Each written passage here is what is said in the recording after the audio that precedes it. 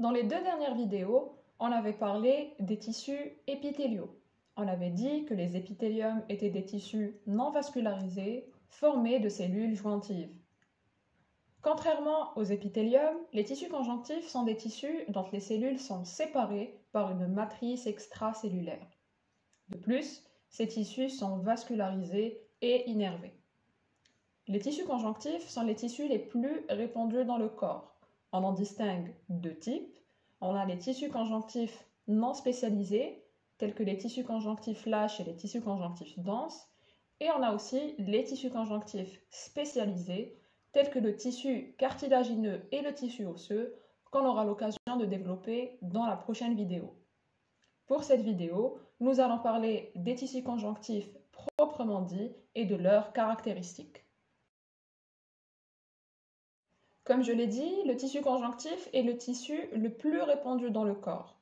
Il est ubiquitaire, sauf au niveau du système nerveux où il est substitué par le tissu glial. Les tissus conjonctifs ont tous les mêmes rôles. Ils jouent un rôle de soutien des autres tissus de l'organisme. Ils ont aussi un rôle de remplissage, car ils occupent les espaces libres entre les tissus. Ils assurent également la connexion des épithéliums au reste de l'organisme.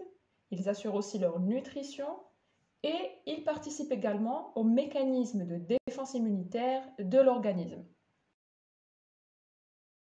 Tous les tissus conjonctifs sont constitués de trois éléments, à savoir des cellules, des fibres et la substance fondamentale. Ces deux derniers points forment la matrice extracellulaire. Ce qui sera différent entre les tissus conjonctifs, ce sera les proportions de ces trois constituants. En effet, les tissus conjonctifs ayant une grande proportion de fibres seront appelés tissus conjonctifs denses. Et si c'est un tissu qui comporte plus de cellules, il sera qualifié de tissu conjonctif lâche. Cette photo prise au microscope photonique montre la structure du tissu conjonctif. Voici les fibres. Ici, on peut voir des cellules et le tout baigne dans la substance fondamentale du tissu. Parlons des différents types cellulaires. Les cellules du tissu conjonctif peuvent être divisées en deux catégories, les cellules fixes et les cellules mobiles. Dans la catégorie des cellules fixes, on citera les cellules mésenchymateuses, les histiocytes, les fibroblastes et fibrocytes et les adipocytes. Et pour la catégorie des cellules mobiles, on parlera des cellules autochtones, telles que les macrophages, mastocytes, plasmocytes et les cellules géantes d'irritation. Par autochtone, bien sûr, on veut dire que ce sont des cellules qui vivent et qui meurent dans le tissu conjonctif. Et on trouve aussi des cellules immigrées, telles que les leucocytes, qui sont des cellules du sang qui migrent dans le tissu conjonctif. Parlons tout d'abord de la cellule mésenchymateuse. C'est une cellule de forme étoilée avec un noyau rond qui dérive du mésoderme. Je vous rappelle que c'est le feuillet embryonnaire intermédiaire. C'est une cellule souche qui présente un large pouvoir de différenciation. En effet, cette cellule est capable de se différencier en n'importe quelle cellule du tissu conjonctif et bien sûr selon ses besoins.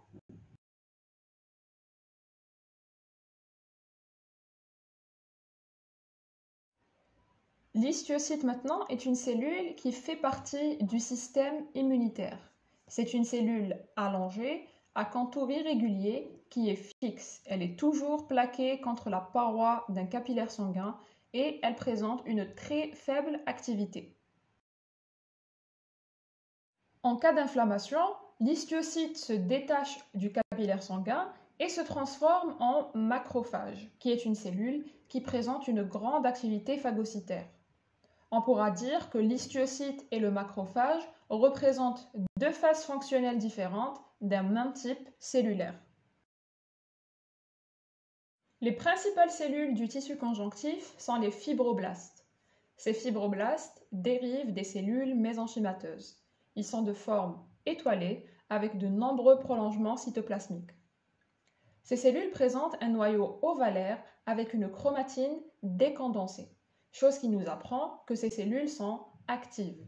Elles interviennent d'ailleurs dans la synthèse des constituants de la matrice extracellulaire, à savoir la synthèse des fibres et aussi la synthèse de certaines glycoprotéines de la substance fondamentale. Lorsque le fibroblaste vieillit, il devient un fibrocyte.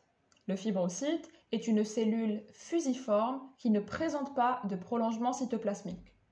Et donc le noyau est allongé et à chromatine condensée. Ce qui veut dire que c'est une cellule qui est peu active. On comprend donc que les suffixes blast et cyte sont liés à des morphologies traduisant deux états fonctionnels différents d'un même type cellulaire.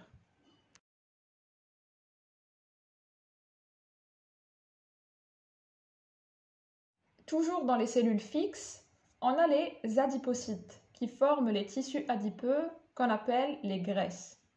On distingue deux types de graisses dans l'organisme. On a les graisses brunes qui représentent une source de chaleur et les graisses blanches qui représentent des réserves énergétiques. Les adipocytes des graisses blanches sont de grandes cellules ovoïdes d'un diamètre de 100 micromètres en moyenne. Elles présentent une grosse vacuole lipidique qui écrase le noyau contre la membrane plasmique. Dans l'hypoderme, elles interviennent dans le stockage des graisses sous forme de triglycérides. L'adipocyte des graisses brunes est de plus petite taille, environ 20 micromètres de diamètre. Cette cellule présente plusieurs petites vacuoles lipidiques et le noyau est quant à lui bien central. La couleur brune de ces graisses est due à la présence de fer au niveau des mitochondries qui sont très nombreuses chez ce type d'adipocyte. Les graisses brunes sont surtout présentes chez le nouveau-né et interviennent dans la thermorégulation. Elles peuvent persister chez l'adulte autour de la thyroïde. Les adipocytes peuvent être isolés ou bien regroupés en tissus adipeux. La photographie que voici, observée au microscope photonique, montre un tissu adipeux. À l'observation, ces cellules présentent un aspect vide. Cette impression est due au fait que lors de la préparation des coupes, les lipides sont dissous par les différents solvants utilisés. Donc lors d'une préparation classique, le contenu des adipocytes ne peut être coloré.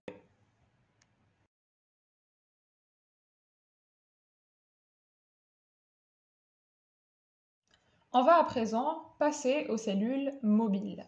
Commençons par le macrophage. C'est une grosse cellule qui présente un noyau excentrique et de nombreux pseudopodes, mais aussi de nombreux lysosomes. Le macrophage dérive soit de l'histiocyte présent dans le tissu conjonctif, soit d'un monocyte qui circulait dans le sang. Voici à quoi ressemble sa morphologie en 3D. Le macrophage intervient dans la phagocytose et dans l'immunophagocytose. Je rappelle par cette occasion les étapes de la phagocytose. On a en premier la phase d'approche entre le macrophage et la particule à ingérer, puis la phase d'adhésion où la membrane du macrophage adhère à la particule. La particule est ensuite entourée par les pseudopodes du macrophage, c'est la phase d'englobement, et entre ces pseudopodes va se former une vacuole intracellulaire qu'on appelle aussi phagosome. Puis la particule est digérée à l'intérieur du phagosome, c'est la phase de digestion. Vous comprendrez donc que la présence du macrophage au niveau d'un tissu conjonctif est un signe d'une inflammation. Lorsque la particule à ingérer présente une taille plus importante que celle du macrophage, on a ce qu'on appelle une cellule géante d'irritation qui naît dans le tissu conjonctif. Elle résulte de la fusion de plusieurs macrophages. Et au microscope photonique, l'identification de ces cellules géantes se base bien sûr sur leur taille considérable, mais aussi sur la présence de nombreux noyaux dans un cytoplasme commun. Le troisième type de cellules mobiles qu'on peut rencontrer dans un tissu conjonctif est le mastocyte. C'est une cellule qui est de forme arrondie avec un noyau rond et central. Elle dérive des cellules mésenchymateuses. La particularité de cette cellule est qu'elle présente un cytoplasme sombre en microscopie optique, ce qui est dû à la présence de granulation dans le cytoplasme. Ces granules, observées cette fois au microscope électronique, comportent plusieurs substances synthétisées par le mastocyte. En effet, le mastocyte est spécialisé dans la synthèse d'histamine, de l'héparine, de la sérotonine et de plusieurs autres enzymes. L'histamine est une substance qui augmente la perméabilité vasculaire. Elle intervient également dans les processus anaphylactiques. En effet, en contact avec un allergène chez un sujet déjà sensibilisé, le mastocyte dégranule par exocytose, c'est-à-dire qu'il dégage à l'extérieur l'histamine contenue dans ces granulations, ce qui provoque des réactions allergiques immédiates. On retrouve aussi au niveau des granulations l'héparine qui est un agent anticoagulant. Le mastocyte synthétise également la sérotonine qui est un neurotransmetteur qui stimule les fibres musculaires lisses. Il synthétise aussi des enzymes qui sont responsables de la dégradation des macromolécules de la substance fondamentale, chose qui permet le renouvellement de la substance fondamentale. Dernier type cellulaire, le plasmocyte. C'est une cellule de forme ovoïde dont le noyau est excentrique avec une chromatine disposée en rayons de roue. Les plasmocytes sont des lymphocytes B différenciés capables de produire des anticorps. D'ailleurs, les plasmocytes ont un réticulum endoplasmique granuleux assez important.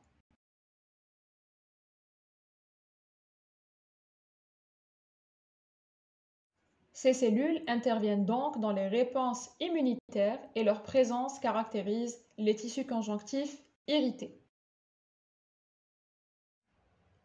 On a fait le tour des cellules du tissu conjonctif. Passons à présent à ces fibres. Trois types de fibres procurent force et soutien au tissu conjonctif. Les fibres sont formées de protéines fibrillaires sécrétées par des cellules du tissu conjonctif, principalement par des fibroblastes. On peut citer les fibres de collagène, les fibres de réticuline et les fibres élastiques. Les fibres de collagène sont constituées par une molécule de base qui est le collagène. C'est une molécule qui a la capacité de se polymériser et de s'organiser sous forme de fibres visibles au microscope optique grâce à des colorations bien spécifiques. Elles sont soit isolées, soit organisées en faisceaux ondulés de fibres parallèles entre elles et qui ne se ramifient jamais. Ces fibres sont les plus communes, elles sont longues, extensibles, non élastiques et résistent aux forces de tension dans les tissus. Ces fibres confèrent au tissu conjonctif une résistance mécanique à l'étirement. La synthèse du collagène s'effectue à partir d'un précurseur synthétisé par les fibroblastes qui est le procollagène, qui, une fois en dehors de la cellule, se transforme en tropocollagène. Des tropocollagènes s'assemblent en fibrides collagène qui s'assemblent à leur tour pour former des fibres de collagène. Il existe plusieurs variétés de fibres de collagène. On peut citer le collagène de type 1, c'est le plus abondant. Il forme des fibres épaisses, larges et résistantes. Et ce type de collagène caractérise les tissus conjonctifs fibreux. On a le type 2 qui forme des fibres qui sont plus minces qu'on retrouve au niveau du tissu cartilagineux. Le collagène de type 3 forme ce qu'on appelle les fibres de réticuline. On les retrouve surtout dans les organes où les échanges sont très importants, comme c'est le cas pour les vaisseaux sanguins par exemple. Et le collagène de type 4 est retrouvé sous une forme non organisée dans les lames basales, où il sert de support de filtration entre le tissu épithélial et le tissu conjonctif sous-jacent. Ce collagène est fabriqué par les cellules épithéliales et les cellules endothéliales. Au microscope électronique, certaines fibres de collagène, telles que les fibres de type 1, présentent des striations transversales. Vous arrivez à le voir sur cette micrographie où on retrouve une alternance entre des zones sombres et des zones claires. Cette striation est due à l'espacement et au décalage des fibrilles de collagène. Les fibres de réticuline sont des fibrilles de collagène sur lesquelles se fixent des complexes glucidiques. Elles ne s'associent pas en faisceau, mais forment un grillage délicat de fibres très fines et entrecroisées. À noter que ce sont des fibres qui ne se ramifient jamais et qui, en microscopie électronique, présentent aussi une striation transversale. Les fibroblastes synthétisent également de la proélastine qui, comme le procollagène, se transforme à l'extérieur du fibroblaste en tropoélastine. La fibre élastique est composée d'une protéine fibreuse de tropoélastine à laquelle s'ajoute une microfibrille glycoprotéique. Les fibres élastiques forment un réseau de fibres anastomosées qui sont ramifiées, contrairement aux fibres de collagène et aux fibres de réticuline. Elles sont longues, très minces, extensibles et bien sûr élastiques. Ces fibres ne présentent pas quant à elles de striations transversales. Elles sont retrouvées par exemple au niveau du derme et c'est grâce à elles que la peau retrouve sa forme initiale après un pincement ou un étirement. Nous allons à présent aborder le dernier point de ce cours qui porte sur la substance fondamentale. Il s'agit d'une substance amorphe, visqueuse et translucide qui constitue le milieu dans lequel baignent les fibres et les cellules. Concernant sa composition, elle est faite essentiellement d'eau. On y retrouve aussi des protéines, des sels minéraux, des protéoglycanes et des GAG, c'est-à-dire des glycoaminoglycanes. Concernant les protéines, on va bien sûr retrouver le tropocollagène et la tropoélastine. On retrouve également des fibronectines, qui sont des protéines qui permettent l'adhésion des cellules à la matrice extracellulaire, ou encore la laminine qu'on retrouve au niveau de la lame basale. On retrouve aussi des protéines plasmatiques, des acides aminés et des peptides. Pour les GAG, on peut citer plusieurs types. La chondroïtine sulfatée, qui forme des gels plus ou moins fermes qui se combinent avec le collagène pour donner des structures ressemblant à des ciments. On la retrouve dans le cartilage, les os et les disques intervertébraux. On retrouve la dermatane sulfatée, qui est elle aussi associée au collagène. Elle est retrouvée dans les tendons et les veines, où elle donne des structures un peu moins rigides que la chondroïtine sulfatée. On a aussi l'héparane sulfatée, qu'on retrouve associée à des fibres de réticuline. C'est un GAG particulier par rapport aux autres, du fait qu'il est produit par les mastocytes, et non par les fibroblastes, comme c'est le cas pour les autres GAG. La kératane sulfatée est retrouvée dans le cartilage et la cornée. Et on retrouve aussi l'acide hyaluronique qui est un GAG non sulfaté. Il se trouve dans tous les types de tissus conjonctifs, que ce soit la peau, le cartilage, etc. Et c'est une substance capable de stocker de grandes quantités d'eau et qui peut donc faciliter la migration des cellules au sein de la substance fondamentale. Il forme également une barrière antimicrobienne. Dernière petite remarque, il faut savoir que la substance fondamentale est formée par l'activité des fibroblastes, d'une part, et par une infiltration d'éléments du sang, d'autre part.